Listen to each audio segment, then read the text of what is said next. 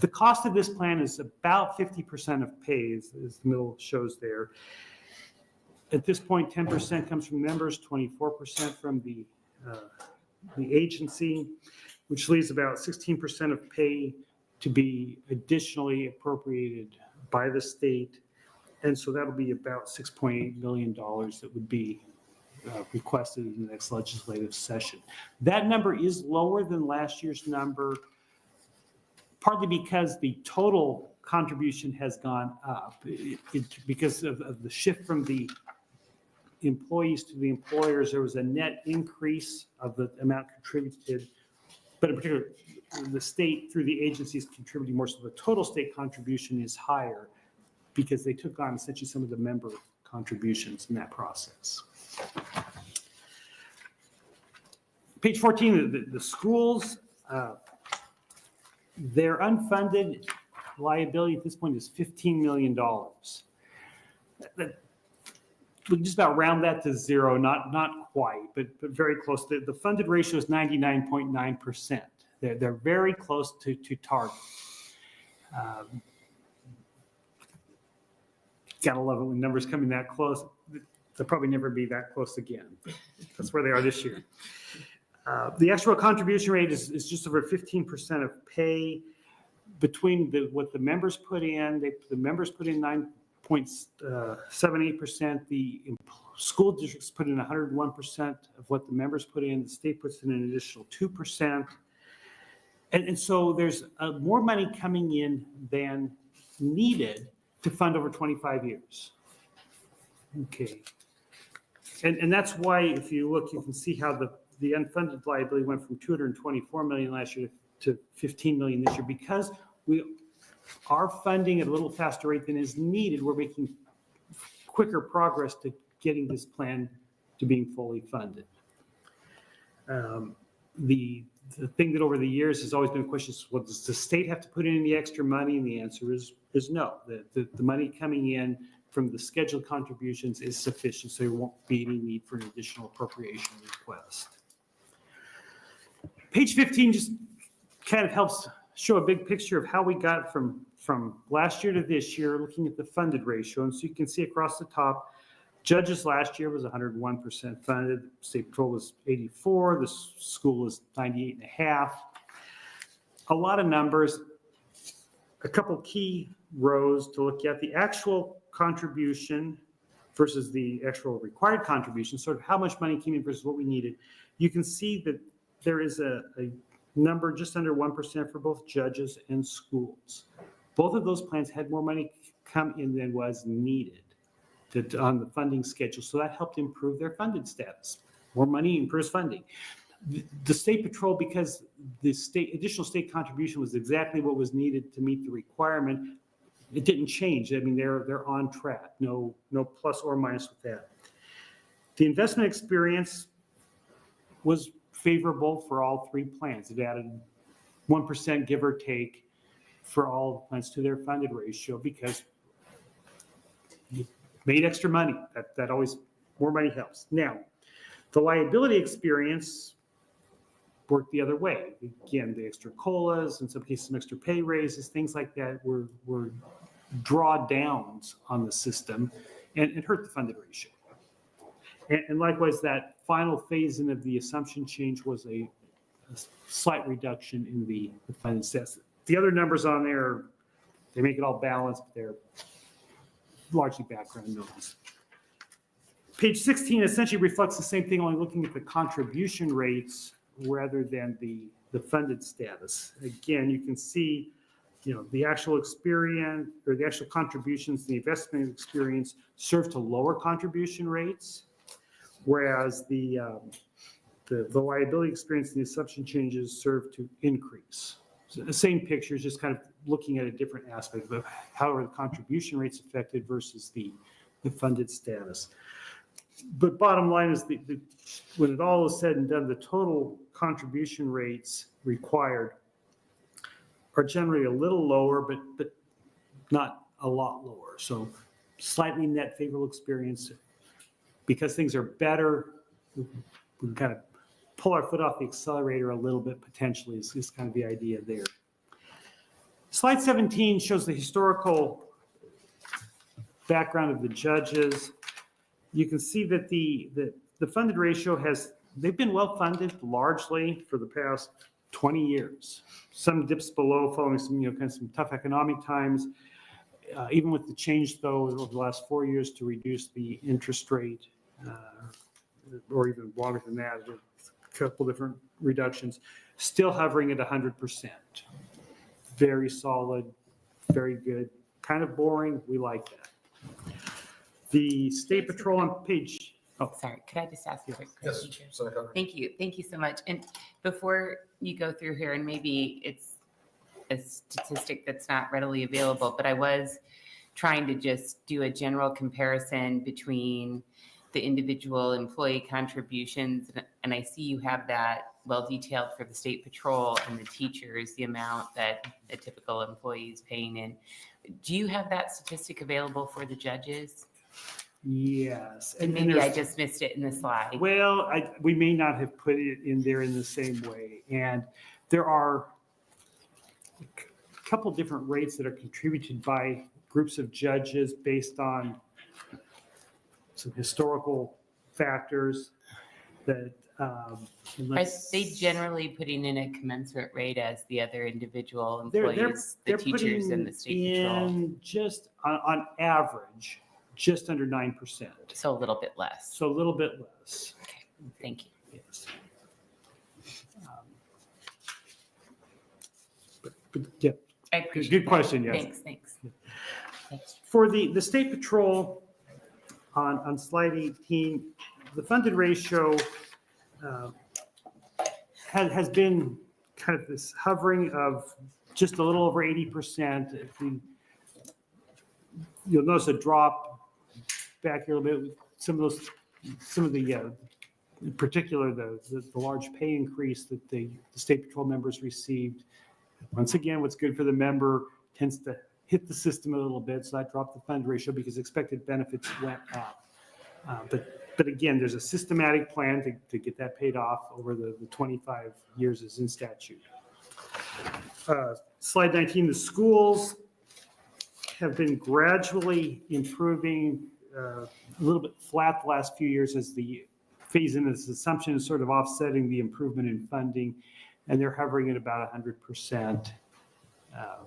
So again, kind of the pattern there. Now, that's sort of the looking back.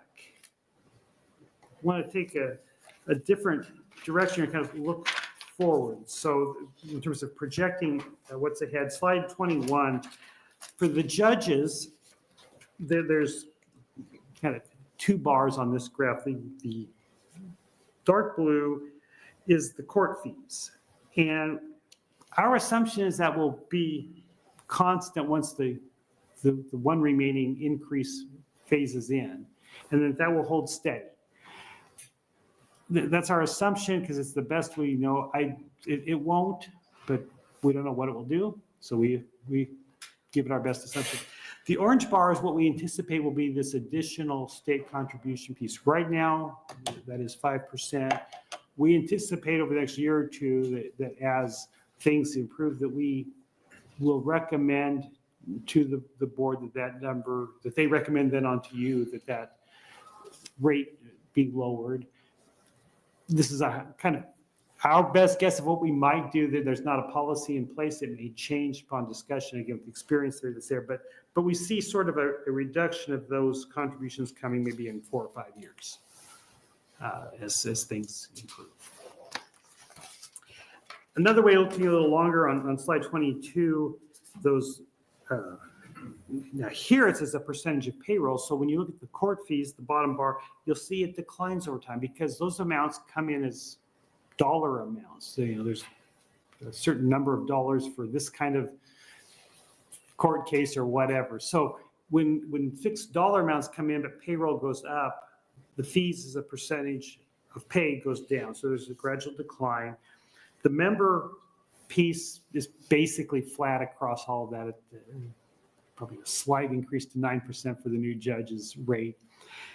And you can see that additional payroll-related piece that the state appropriates, that's 5% of pay now, does begin to decline. And in fact, by the time we get out, maybe 10 years from now, might even go away.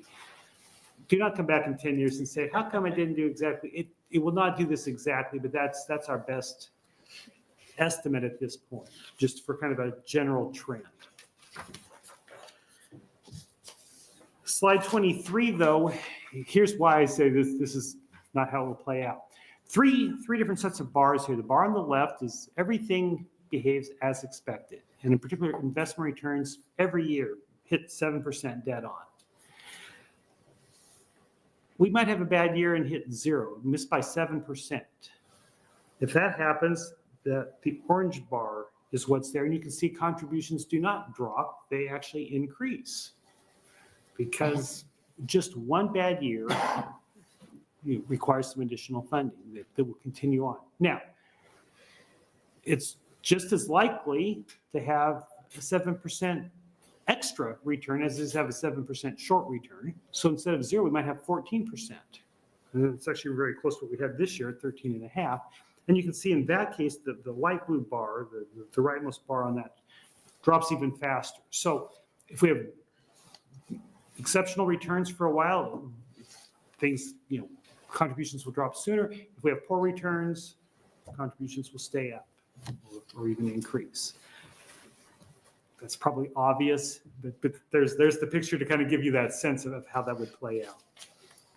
Slide 24, switch over to the state patrol. The contributions there for the employer piece are basically fairly flat, essentially reflecting payroll growth. It's a fixed percentage of payroll. The only thing that changes is pay goes up, contributions go up.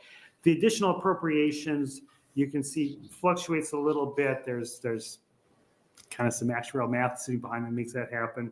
But basically, we would expect it to decline a little bit, running from close to 7 million this year, but it'll hover maybe 5.5 to 6 million a year, typically over the coming years. Longer term, on page 25, again, here we have this in dollars. The employer piece goes up as payroll goes up. The member contributions at the top also are going up. It's hard to sometimes see that because they're kind of the base is moving around, but those two are pretty constant. And then the total additional state does gradually decline, in that, as expected, by 15 years out, that number will begin to decline pretty substantially. Again, we're trying to pay this off over 25 years. We're not trying to pay it off all at once. Slide 26, here's what happens again with the good returns, the bad returns. You can see that the far right bar, if we have another exceptional return, that additional state piece could drop and actually go away. Just one more good year followed by every other year being dead on would allow that piece to go away in 7 or 8 years. Flip side, one bad year, the number goes up and quite a bit higher. So again, it's very much a function of what the markets do. There's a lot of money invested, and when it moves, we have to catch up over time. The funded ratio on slide 27 of the state patrol, we can kind of see, again, we're moving gradually toward that 100% funding, good or bad. If we have a bad year, we still keep moving, we'll get there. If we have a good year, we get there sooner. But that's just, again, the sort of the systematic funding that's designed into this. Page 28, schools. There's a number of different pieces that the state funds with the school retirement system. There's actually the state doesn't fund the employer piece. That's funded by all the school districts. That's the biggest part, the dark blue line. There is an additional 2% of pay, kind of the next blue line that the state puts in. And then there's two really tiny pieces that, if you can see, your optometrist has done well, that are on that graph, that are the 2% of pay for the Omaha schools, and then the state service annuity that is transferred over to OSERS when somebody retires from there. Those pieces are fairly small in the total scope of things. fairly flat. We expect everything to just be this kind of the current legislatively set contribution rates for the next several years. Slide 29, again, sort of the same boring picture. The dollars will go up because payroll's going up, but basically the member rate, the employer rate, the additional state 2% piece, those all continue on.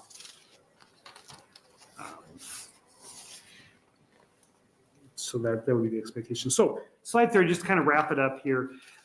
Generally favorable experience. Again, the investment return was good. The market value of assets exceeds the actuarial smooth value. So we have some deferred gains that we're not recognizing yet, but if something bad doesn't happen, we'll begin to recognize this. That'll be kind of an additional push towards being well-funded. And so, especially school and judges have strong funded ratios.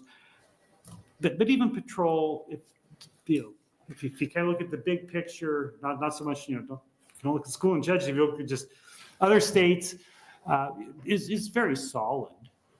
Even though it's not at the level that maybe we've come to get comfortable with many of other systems. So contribution rates, the actuarially determined contribution rates have all decreased, but because the rates are set statutorily, everything will continue on at those rates. So that's what I've prepared. I'd be happy to take any other questions you might have. Any questions? Questions? Senator Clements. Thank you, Mr. Chairman. Thank you, Mr. Bannister. Looking at slide 28, the state contribution, those 50 million, 51 million. Aren't we going to hit 100% funding where we wouldn't take that much money to continue from the additional state contribution? In terms of how the change might be allocated, that's a policy decision. I can't say, well, is it the state that needs reduced? Is it the employer and employee that need reduced? All three of those rates were increased a number of years ago to kind of counter an issue, and how they're reduced would be a policy issue. But we are at the point where the total rate going in is exceeding what is needed to fund this systematically. One bad year could change that. So there might be a desire to build in a little buffer, but then yes, it certainly would be reasonable to begin to consider what might be the appropriate way to reduce contributions among the three contributing groups. You didn't do this chart of the varying returns for the schools, and I was really wondering, with these contributions, would the funded ratio be going above 100%, or is this calculated to keep it at 100 even? No, these rates are set in statute, so these rates, we would expect it to go over 100 and continue to grow.